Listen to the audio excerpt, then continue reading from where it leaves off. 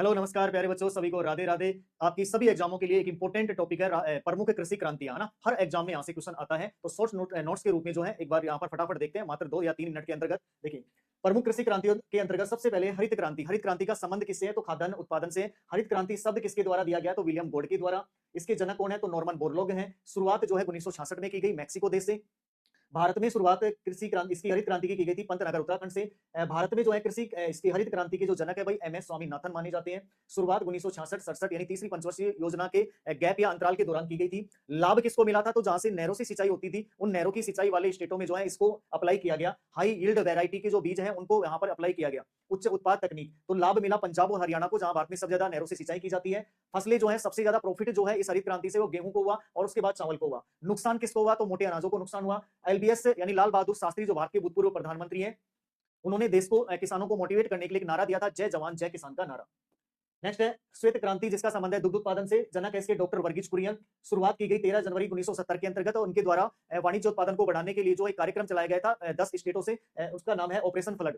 तो operation flood कार्यक्रम जो चलाया गया डॉक्टर वर्गीज कुरियन, जिनको the milk man of India के नाम से जाना जाता है। भारत की पहली जो डेयरी स्थापित की गई वो आनंद गुजरात के अंतर्गत, और इसमें जो प्रोडक्ट था कौन सा था? अमूल।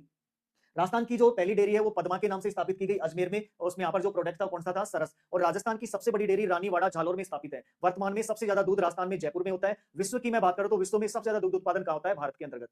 नीली क्रांति का संबंध किससे? मत्स्य या मछली उत्पादन से। शुरुआत की गई 1985 में। इसके जनक कौन है? नीली क्रांति के डॉक्टर हीरालाल चौधरी हैं।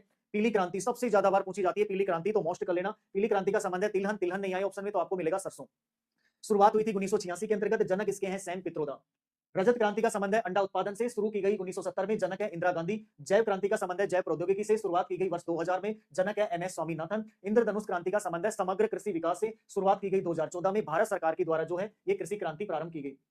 भूरी क्रांति का संबंध है खाद्य प्रसंस्करण से, शुरुआत की गई 1970। जनक है हीरालाल चौधरी जी। गुलाबी क्रांति का संबंध है भाई झींगा मछली से, शुरुआत की गई 2011। जनक है इसके दुर्गेश पटेल। इसी के दौरान लाल क्रांति का संबंध है टमाटर और मांस से, शुरुआत की गई 1980 में। जनक है इसके विश्वनाथन।